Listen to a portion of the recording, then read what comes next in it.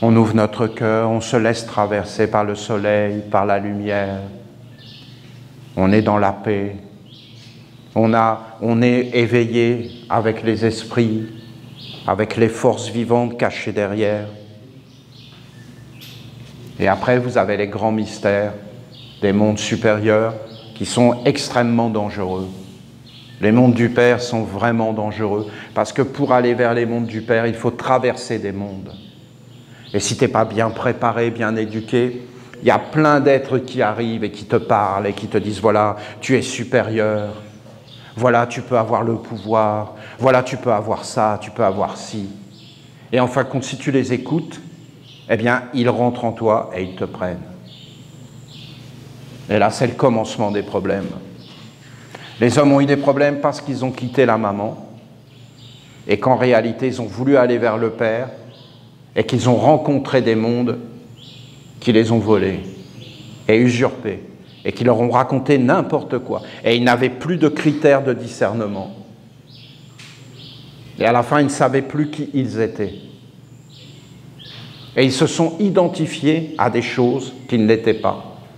Parce qu'ils ont regardé ce qu'ils ne devaient pas regarder. Après, vous avez les enseignements de Gabriel, mais c'est sans limite. Hein. Ne regarde pas ce que tu ne dois pas regarder, de peur d'être possédé. C'est-à-dire d'être attrapé et d'être dépossédé, bien sûr, de ton trésor, de ton être, de ta dignité, de ta grandeur, parce que tu t'es fait attraper par des mondes. Il faut réellement être comme dans le silence. Hein. C'est notre jardin. Hein. Dans le silence. Et ça vient te parler. Personne ne peut parler à la place du monde divin. Aucun homme, même Jésus ne peut pas.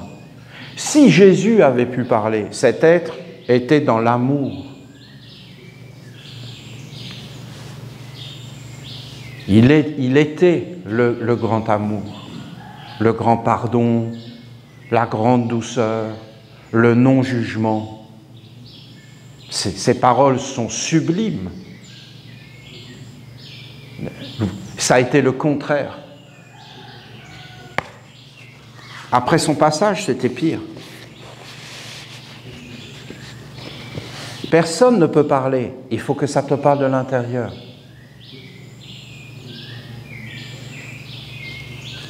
Tu es plus important que tout. Plus important que Jésus.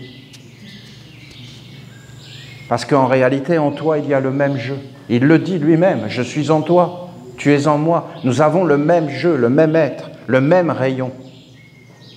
Tu dois savoir qui tu es. Et tu dois être toi-même. Et personne n'a à te juger. Tu as le droit de te tromper. Tu as le droit de faire des erreurs. Et si tu es avec la maman, immédiatement tu as la réponse. Et tu le sais parce qu'elle parle.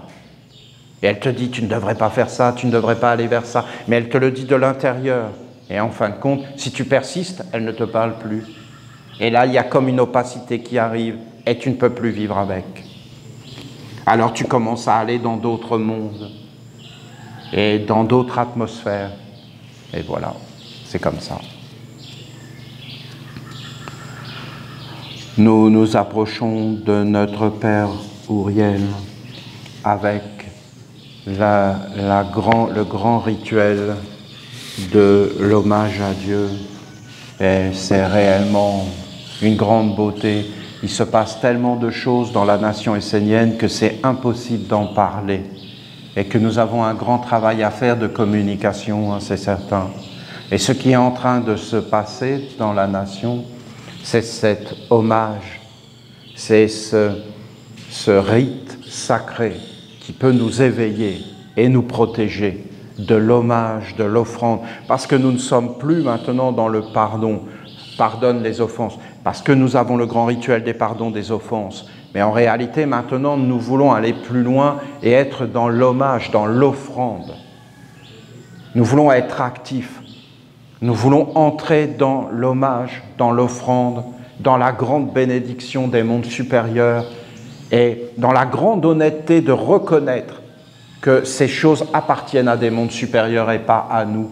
Et nous voulons offrir le monde entier à des mondes supérieurs. Et tout est en train de se mettre en place. Et nous faisons apparaître des écritures et des lois qui sont en réalité des lois réelles qu'on peut éprouver dans la vie pour que d'autres yeux, d'autres oreilles, d'autres sens et un autre corps viennent sur la terre. Alors, c'est cela qui est en train d'apparaître. Et c'est grandeur parce que Uriel, c'est la splendeur, c'est la gloire, c'est le trésor des trésors, parce que lui, c'est jusque dans le corps. C'est la lumière jusque dans le corps. Il est l'autre côté, en fin de compte, de ce monde en décomposition qui conduit tout dans des illusions. Lui conduit tout dans ce qui est éternel. Et il fait tout apparaître. Il te permet de le voir, de le toucher, de le goûter, de le sentir, de vivre avec. Et en réalité, tu n'es plus dans des illusions, mais tu rentres dans une grandeur, dans une immensité, dans quelque chose de vaste et de grand. Alors nous avons un message du Cercle des Sages et nous avons vu la dernière fois que nous avions un message de l'ange de la parole. Et le Cercle des Sages va aussi dans ce sens, parce que c'est l'offrande, c'est l'hommage, c'est la lumière, c'est ce qui a été travaillé et qui apparaît.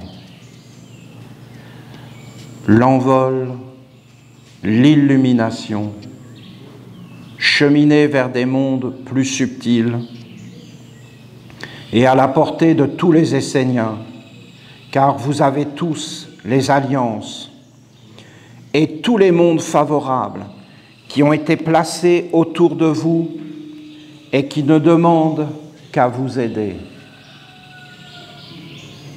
Donc nous, les Esséniens, nous avons la bénédiction et si nous sommes réellement des Esséniens, nous avons toutes les alliances et tout est autour de nous.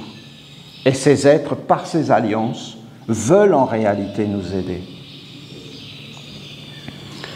Il vous suffit d'apprendre à vous poser et à vous apaiser afin d'entrer dans le grand calme. Nous n'avons aucun problème.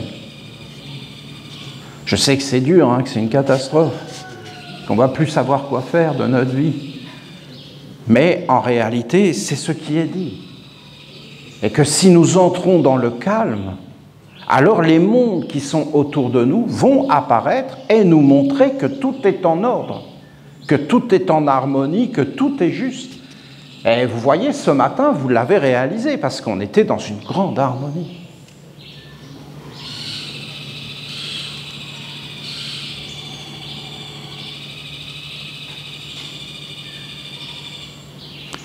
Si nous sommes dans le grand calme, alors naturellement, vous allez vous dilater et les mondes qui sont autour de vous vont apparaître et se faire connaître.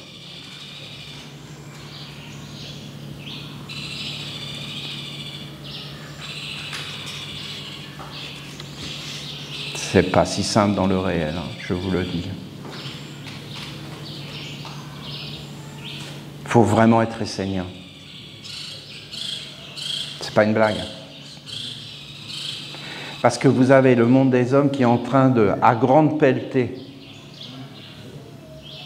de balancer des problèmes partout et de fermer tous les mondes pour que tout le monde soit enfermé. T'imagines, tu sors de ton corps.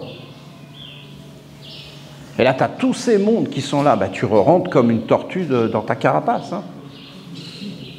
Et tu vis à l'intérieur en te disant, moi je ne sors plus. D'ailleurs, tu n'as plus le droit maintenant. Là, tu sors comment? En surfant dans des mondes virtuels.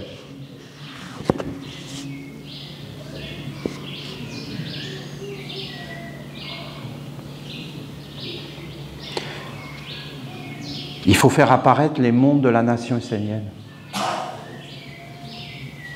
L'ange du calme, l'ange de l'harmonie, l'ange de la sagesse, et vivre avec eux envers et contre tout. Vivre cela ne signifie pas que vous êtes plus évolué, mais juste que vous êtes capable de vous détendre et de vous ouvrir à ce qui est plus délicat et qui habite dans le champ de vie de la nation essénienne. Donc voilà, le travail est là maintenant. Il faut réellement entrer dedans. Je parle de ceux qui habitent à Paris, à Toulouse, à Montréal, à Chicoutimi. Eh bien, en réalité, et qui sont dans des villes, il faut réellement, et là on voit la puissance d'être ensemble, de s'être rencontrés. En fin de compte, de venir à une ronde des archanges, c'est être initié. Vous le voyez? Parce que j'en ai vu plein qui venaient, qui disaient « Qu'est-ce que c'est que ça ?» Mais en réalité, ils étaient initiés. Et au bout de plusieurs jours, ils étaient dans le champ de vie. Et ils voyaient qu'il y avait autre chose. Ils l'avaient vu, touché, goûté. Et après, bien sûr, la difficulté, c'est de revenir dans le monde habituel et d'arriver à garder cela, et même à le reproduire. Mais c'est quand même le but. Et vous voyez bien qu'on l'a reproduit et reproduit.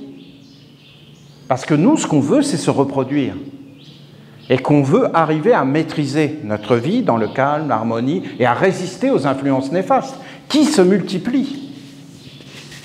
Ce n'est pas quelque chose qui va en allant doucement.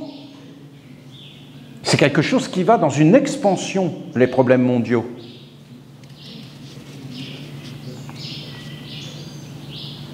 Vous, les Esséniens, vous avez toutes les conditions pour capter, pour entendre et percevoir des mondes subtils d'une façon pure et juste.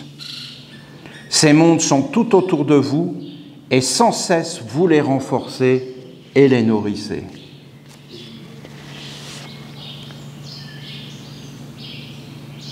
Moi, je vous dis qu'en réalité, c'est surprenant et que si vous êtes dans le calme et que vous regardez tout ça, vous verrez qu'il y a eu une intention d'un monde de se manifester à travers la nation essénienne. Ne regardez pas les bouts de bois. Si vous regardez les bouts de bois, vous ne voyez pas. Regardez les mondes qui sont derrière et l'intention. Et vous verrez qu'il y a un monde qui a eu l'intention de venir dans le monde, la lumière est entrée dans le monde, de cheminer d'un être à un être, non pas pour cheminer, mais pour illuminer. Et en réalité, une autre façon d'être au monde. Et qu'en réalité, nous sommes dedans. Et que c'est une œuvre. Et aujourd'hui, c'est plus la peine d'en parler. Parce qu'aujourd'hui, vous voyez, on n'est plus dans l'état où on se disait « Ah voilà, Olivier, on regardait Olivier ». Mais aujourd'hui, ça ne sert à rien de regarder Olivier, parce qu'aujourd'hui, l'œuvre, elle est là. Et ce n'est pas forcément Olivier. Parce que l'œuvre, elle pourrait très bien vivre sans Olivier aujourd'hui. Parce que l'œuvre, elle a été vraiment posée. Et ça, c'est beau. Parce que cette œuvre, elle existe. Et maintenant, elle est réellement entre nos mains. Et nous avons la décision de savoir le futur. Parce que nous pouvons réellement le voir, le toucher, le goûter, qu'il y a un monde supérieur et qu'on peut vivre avec, et qu'il y a un monde inférieur. Et en nous, il n'y a aucun jugement. D'ailleurs, il n'y aurait même pas de discussion en réalité. On a juste à être des Esséniens. C'est ça qui est dit là. Et à vivre comme des Esséniens avec détermination. Et à nous faire réellement des corps d'Esséniens pour arriver à trouver des solutions à tous les problèmes qu'on nous